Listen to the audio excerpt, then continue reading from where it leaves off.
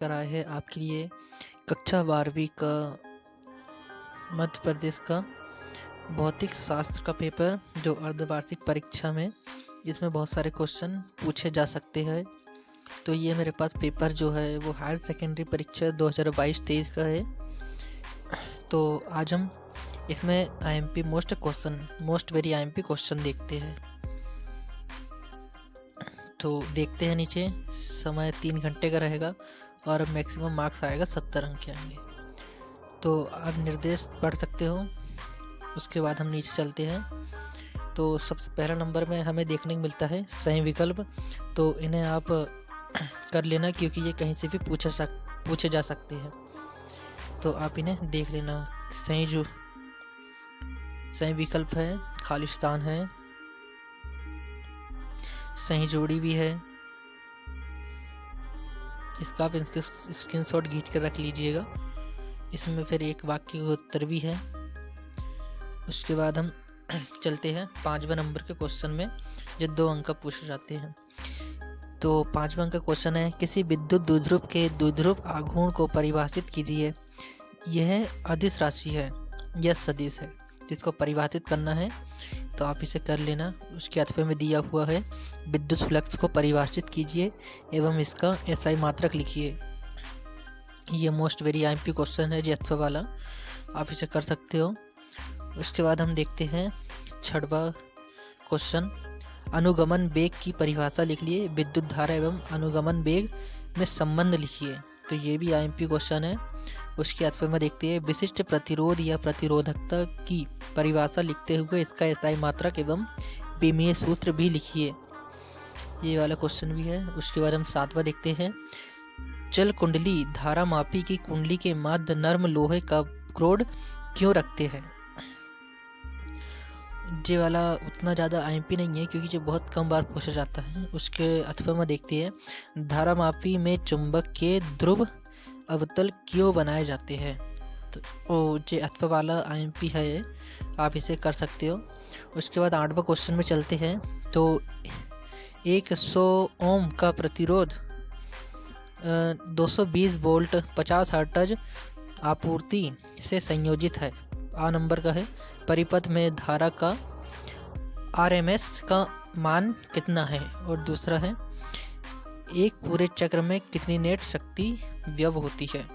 तो आप इसे देख लेना। उसके अथवे में दिया गया क्वेश्चन देखते हैं 8वें का अथवे का। ए का है, एसी आपूर्ति का शिखर मान 300 वोल्ट है, आरएमएस वोल्टता कितनी होगी। दूसरा है, एसी परिपथ में धारा का मान आरएमएस है, आरएमएस मान 10 ए है, शिखर धारा कितनी है। तो आप इसे कर सकते हो।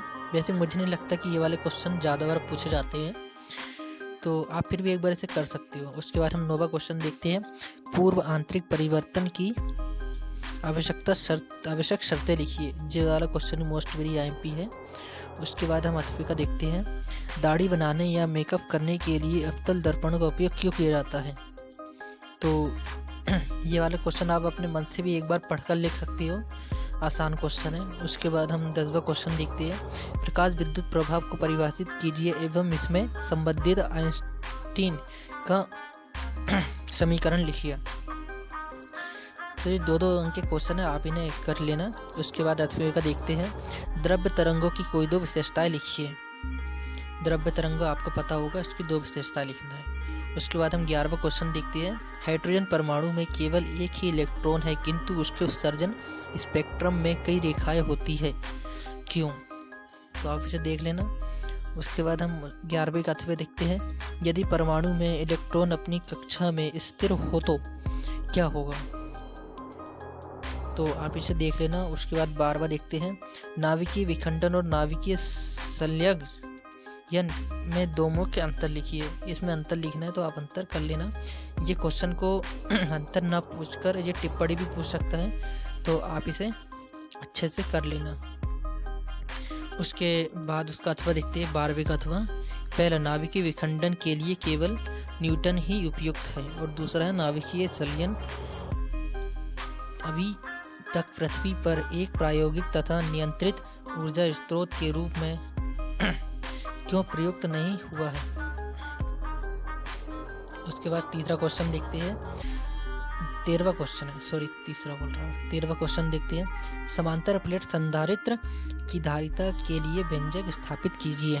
उसके बाद फिर क्वेश्चन देखते हैं, गोस की प्रमेय लिखिए तथा सिद्ध कीजिए। मोस्ट वेरी आईएमपी क्वेश्चन है गोस का प्रमेय। ये बहुत ज़्यादा बार पूछे जाने वाले क्वेश्चन है, आप इसे जरूर तैयार कर लेना। उसके बाद हम 14वां क्वेश्चन देखते हैं, किसी विद्युत परिपथ के लिए किरचॉफ के नियम लिखिए। ये भी मोस्ट वेरी आईएमपी क्वेश्चन है, हमारे समय में भी ये किरचॉफ के नियम और गॉस का प्रमेय पूछा जाता था। ये वाला मुझे पूरा याद था। मैं इन सब के क्वेश्चन के आंसर आपको बाद में इसकी एक वीडियो बनाकर आपको दे दूंगा मैं। तो 8वें का देखते हैं, किरचॉफ के नियमों के आधार पर व्हीटस्टोन सेतु का सिद्धांत स्थापित कीजिए। मोस्ट वेरी आईएमपी क्वेश्चन ये वाला भी है, 14 का 8वां वाला भी है। तो उसके बाद हम 15वां देखते हैं, 10 वोल्ट विभव विद्युत वाहक बल वाली बैटरी जिसका आंतरिक प्रतिरोध 3 ओम है, किसी प्रतिरोध से संयोजित है। यदि परिपथ में धारा का मान 0.5 A हो तो प्रतिरोध क्या होगा। प्रतिरोधक का प्रतिरोध क्या होगा। जब परिपथ बंद है तो सेल की टर्मिनल वोल्टता क्या होगी। तो उसका 8वां का देखते हैं हम, कमरे के ताप 27 डिग्री सेल्सियस पर किसी तापन अवयव का प्रतिरोध 100 ओम है। यदि तापन अवयव का प्रतिरोध 117 ओम हो तो अवयव का ताप क्या होगा। प्रतिरोधक के पदार्थ का ताप गुणांक 1.70 गुणित 10-4 डिग्री सेल्सियस -1 है। तो आप इसे देख लेना। वैसे ये वाले ज़्यादा पूछे नहीं जाते हैं, लेकिन जब पेपर कठिन आते हैं तो इस टाइप के क्वेश्चन बहुत ज़्यादा बार पूछे जाते हैं। तो उसके बाद हम 16वां क्वेश्चन देखते हैं, 2 लेंस जिनकी फोकस दूरियां f1 और f2 है संपर्क में रखे गए हैं। यदि इस प्रकार निर्मित संयुक्त लेंस की फोकस दूरी f हो तो सिद्ध कीजिए कि जिस समीकरण दिया हुआ है इसको सिद्ध करना है। उसके बाद उसका अथवा देखते हैं, किसी गोलीय दर्पण के लिए दर्पण सूत्र की स्थापना कीजिए। एक गोली दर्पण के लिए दर्पण सूत्र की स्थापना करना है। उसके बाद हम देखते हैं 17वां क्वेश्चन, जो मोस्ट वेरी आईएमपी क्वेश्चन है ये वाला भी। पीएन संधि डायोड क्या है। पीएन संधि डायोड की कार्यविधि अग्र अभिनति और पश्च अभिनति में विद्युत आरेख खींचकर समझाइए। ये वाला क्वेश्चन भी मोस्ट आईएमपी है। 17वें का अथवा देखते हैं, दृष्टिकरण क्या है। विद्युत परिपथ खींचकर पीएन संधि डायोड की पूर्ण तरंग दृष्टिकारी की क्रिया समझाइए। उसके बाद हम 18वां क्वेश्चन देखते हैं, ट्रांसफार्मर का वर्णन कीजिए। निम्नलिखित बिंदुओं के आधार पर कीजिए। पहला सिद्धांत, दूसरा ट्रांसफार्मर के प्रकार, तीसरा परिणमन अनुपात के सूत्र का निगमन और चौथा है नामांकित रेखा चित्र। तो ये क्वेश्चन भी most very IMP question, transformer बहुत बार पूछा जाता है। उसके बाद है फिर देखते हैं, प्रत्यावर्ती धारा जनित्र का वर्णन निम्न शीर्षकों के अंतर्गत कीजिए। सिद्धांत है, नामांकित रेखा चित्र है, मुख्य भागों के नाम है और कार्यविधि है। आप इसे बड़ी आसानी से लिख सकते हो, एक बार पढ़ने की जरूरत पड़ती है, बस हो गया।